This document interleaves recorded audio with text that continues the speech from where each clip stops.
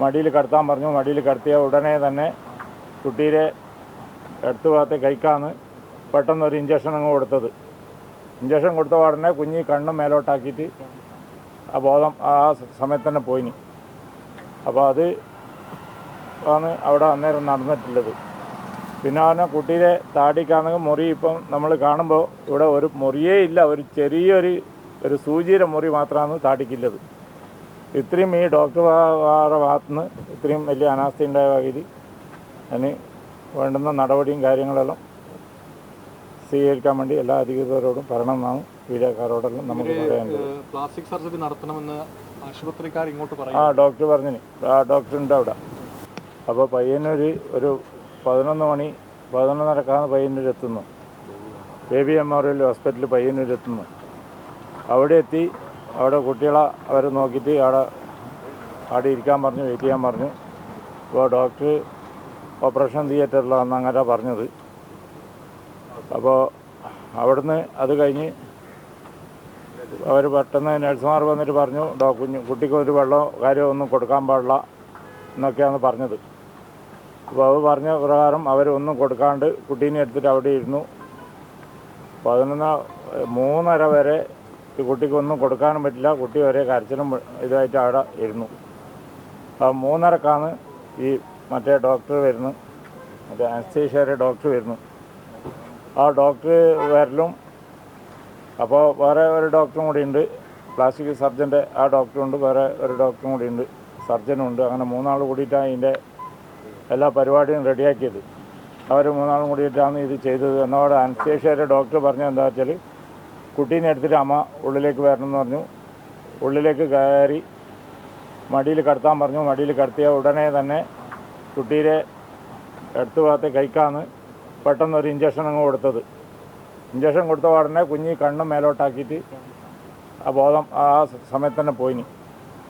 അപ്പോൾ അത് ആണ് അവിടെ അന്നേരം നടന്നിട്ടുള്ളത്. പിന്നെ പറഞ്ഞാൽ കുട്ടിയുടെ താടിക്കാണെങ്കിൽ മുറി ഇപ്പം നമ്മൾ കാണുമ്പോൾ ഇവിടെ ഒരു മുറിയേ ഇല്ല, ഒരു ചെറിയൊരു സൂചിയുടെ മുറി മാത്രമാണ് താടിക്കുള്ളത്. ഇത്രയും ഈ ഡോക്ടർമാരുടെ ഭാഗത്തുനിന്ന് ഇത്രയും വലിയ അനാസ്ഥ ഉണ്ടായ വകയിൽ അതിന് വേണ്ടുന്ന നടപടിയും കാര്യങ്ങളെല്ലാം സ്വീകരിക്കാൻ വേണ്ടി എല്ലാ അധികൃതരോടും പറയണമെന്നാണ് വീഡിയോക്കാരോടെല്ലാം നമുക്ക് പറയാനുള്ളത്. പ്ലാസ്റ്റിക് സർജറി നടത്തണമെന്ന് ആശുപത്രിക്കാർ ഇങ്ങോട്ട് പറയും. ഡോക്ടർ പറഞ്ഞിന്, ഡോക്ടറുണ്ട് അവിടെ. എന്നാലേ കുട്ടിക്ക് വലുതായി കഴിഞ്ഞാൽ ഇതിൻ്റെ ഈ കല പോകില്ലെന്നും പറഞ്ഞിട്ടുണ്ട്. ഈ അതിനുശേഷം ഇങ്ങനെ കുട്ടിക്ക് പ്രശ്നം ഉണ്ടായതിനു ശേഷം മാനേജ്മെന്റ് അവിടുത്തെ ആളുകളായിട്ട് സംസാരിച്ചപ്പോൾ നിങ്ങളെന്തിനോ ഒപ്പിട്ട് കൊടുത്തത് അങ്ങനെ രീതിയിൽ സംസാരിച്ചു? അവർ ആദ്യം തന്നെ പിന്നെ വേറെ ഒരു കാര്യം പറഞ്ഞിട്ടുണ്ട്. ഈ ഡോക്ടർ പറഞ്ഞ ഈ തുന്നേണ്ട ഡോക്ടർ പറഞ്ഞതെന്ന് പറഞ്ഞാൽ ഞാൻ അങ്ങോട്ട് വരണമെങ്കിൽ 18,000 രൂപ എൻ്റെ ഫീസാവുന്നതെന്ന് പറഞ്ഞത്. ഈ 2 സ്റ്റിച്ചിടാൻ വേണ്ടിയിട്ട് 18,000 രൂപ ഫീസാവുന്നതെന്ന് എൻ്റെ മരുവൻ ഈ കുഞ്ഞിൻ്റെ അച്ഛനോട് പറഞ്ഞത്. എന്നപാട് ഓൻ ചോദിച്ചു, ഓൻ പുറനാട്ടിലായതുകൊണ്ട് ഓൻ ഈ കുറച്ച് ഭാഷയിൽ ചെറിയ പ്രശ്നമുണ്ട്, മലയാളം അറിയാമെങ്കിലും ഓനിങ്ങനെ പറയും പിടിക്കലും ചെയ്യും. അപ്പോൾ ഓൻ ചോദിച്ചത് എൻ്റെ കുഞ്ഞാ വലുതോ നിങ്ങളെ പണാ വലുതോ എന്ന് ഓൻ എന്നോട് ചോദിച്ചത്. പിന്നെ ഈ സംഭവിച്ചവിടെ അവൻ അവിടുന്ന് പറഞ്ഞു, ഞാൻ എന്തെങ്കിലും എൻ്റെ കുഞ്ഞിക്ക് സംഭവിച്ചിട്ടുണ്ടെങ്കിൽ ഞാൻ ഇപ്പോൾ കണ്ണൂരെത്തിയിട്ട് തിരിച്ചിവിടെ വരുമെന്നും പറഞ്ഞിട്ടാണ് അവൻ നടന്ന് പെട്ടത്.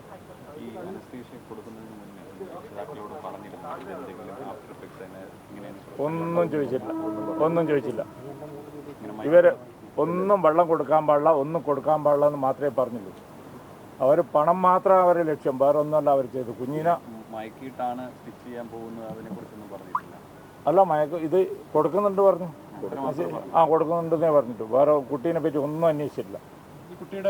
കുട്ടി മാസം തികയാതെ പ്രസവിച്ച കുട്ടിയാണ്.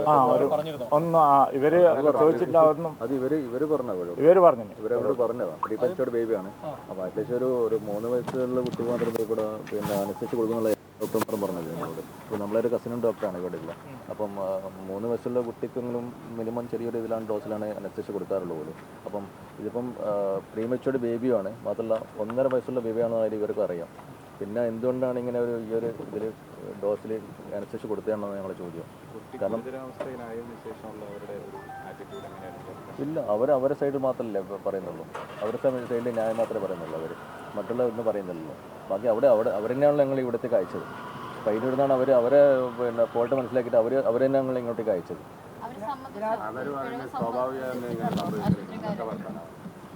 പിഴവ് സംഭവിച്ചിട്ടുണ്ടോ പിഴവ് സംഭവിച്ചു. കാരണം അവരെ ഭാഗത്തു നിന്നുള്ള കുറച്ച് ഡോസ് കൂടിപ്പോയ കാര്യം അവർ സംഭവിച്ചല്ലോ.